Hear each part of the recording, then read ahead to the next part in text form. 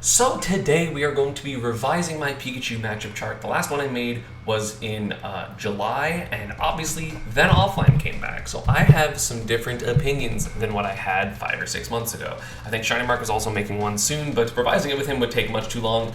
And this is also going to be thought a little bit differently because a lot of the times when I do matchup charts, I like to think of like theory, and not even in terms of like play perfect, but in terms of like play the matchup correctly, the other person plays the matchup correctly, you see what happens. Whereas this is going to be a bit more of a tournament matchup chart, and that's going to change a couple of the spots. Well, first off, Sora wasn't out yet, so I'm going to put Sora somewhere. This is all ordered, by the way, within the tiers, or at least it was.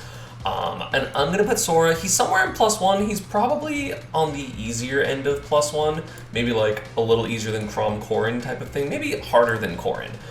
Because Sora just like, Pikachu gets to overwhelm Sora with Thunder Jolts and pressure, and can actually edgeguard Sora because you can just be out there and mess with the up B, mess with the side Bs.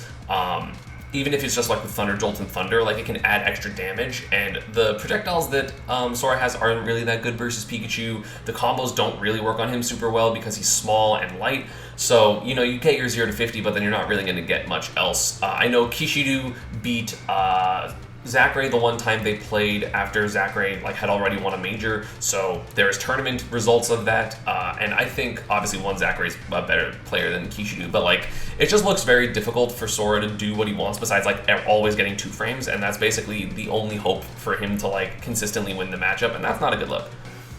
So with that said, that's all the characters. Let us talk about some differences. So I am finally going to concede that Snake is 0 or -1. I'm out of practice in the matchup a little bit, and enough Snakes are playing different, and there's been a lot of new techs. There's a lot of new techs and a lot of new setups that the Snake players have, so it's a little bit difficult to constantly be prepared. Pikachu can win, definitely, and I think Pikachu's advantage is really strong, and again, theoretically, Pikachu maybe should win this matchup because the advantage state can be very strong, but if you mess up once or twice, it can become a real pain to get what you want consistently, so yeah. Another thing is, this was a Shiny Mark thing. He put Ness in 0 or -1. I just think it's -1. I think this match is bad. I'd argue, I don't like it as, like, I think Game & Watch is easier personally, but I'm going to still put Ness below Game & Watch because some Pikas are beating some Nesses, whereas none of the Pikas are beating Meister. Granted, it's Meister. So, I mean, again, it's just a hard matchup. The disjoints, the ability to deal with Thunder Jolts, the advantage state, the actually being able to 2-frame Pikachu consistently with Yo-Yo, so you can't even really do the no 2-frame angle. Just everything that Pikachu doesn't want a character to have, Ness has, and it's annoying. Meister Game & Watch builds different. Dude, I swear to God, I'm going to beat him this year. I'm going to beat him this year, I promise. Speaking of another change, there are a couple characters that are going to move into 0, being Peach and Pac-Man. I do think I can figure out the Peach matchup, and maybe I'll still think it's +1 later, but right now with how Mute's playing and the defensive walls that Peach can put up, it felt really, really difficult to fight against him, and I definitely was not prepared.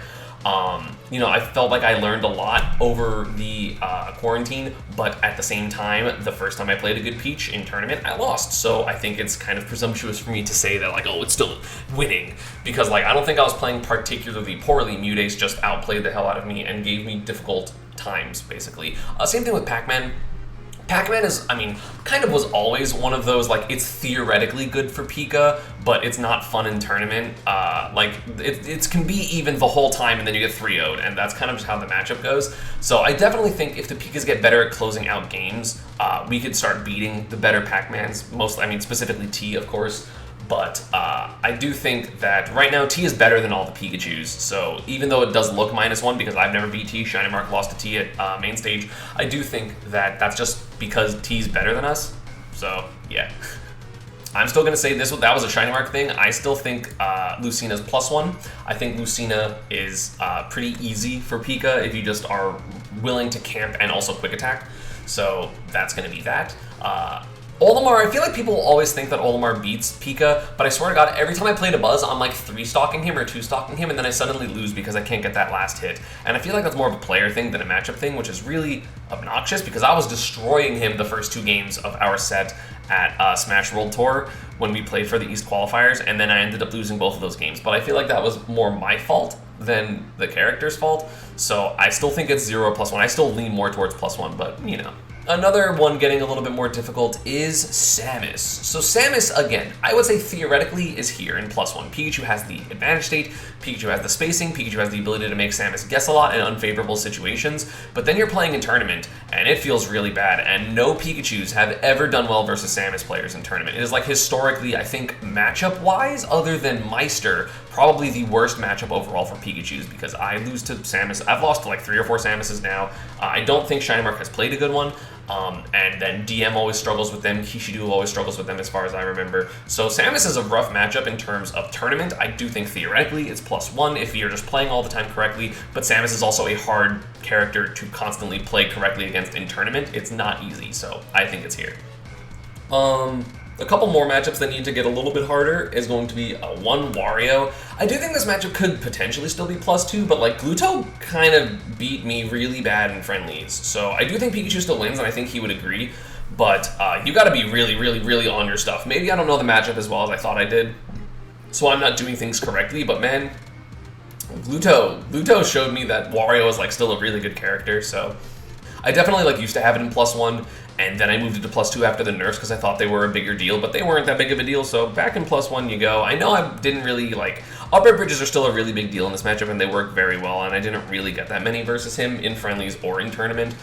But either way, Wario is still just a scary character with a lot of mobility, and it makes it hard for Pikachu to pin him down, even if, like, in theory we can camp him, and in theory we can kind of wall him out. It's just not feasible, I feel like, to do that all the time, considering how much of a commitment Pikachu's short hop aerials are for someone as mobile as Wario, if that makes sense. I lost a single set to a Sonic and people suddenly thought it was here, but it's not. It's still like a definitely +1. Min Min honestly gets easier in the +2s after her nerfs because I just think Pikachu now can add a shield everything she does, which is terrifying. So is Sephiroth Pika really +1 and not +2? Yeah, it's +1 because Sephiroth can do a really good job at keeping Pika in advantage state, and also like up B is really good for like 2-framing, and the 2 frames in general can be really annoying with like down air and down tilt and stuff like that, so it can be a pain. Falcon, yeah, I always thought Falcon was +1 because even though you can edge guard Falcon, if you're not consistently landing those edge guards, like Falcon out damages you, well, even damage, out kills for sure. So it's not that easy. It never was, and people were like, oh my god, it's like Falcon, it's a terrible, terrible, terrible, terrible, terrible matchup, and I'm like, it's not that bad.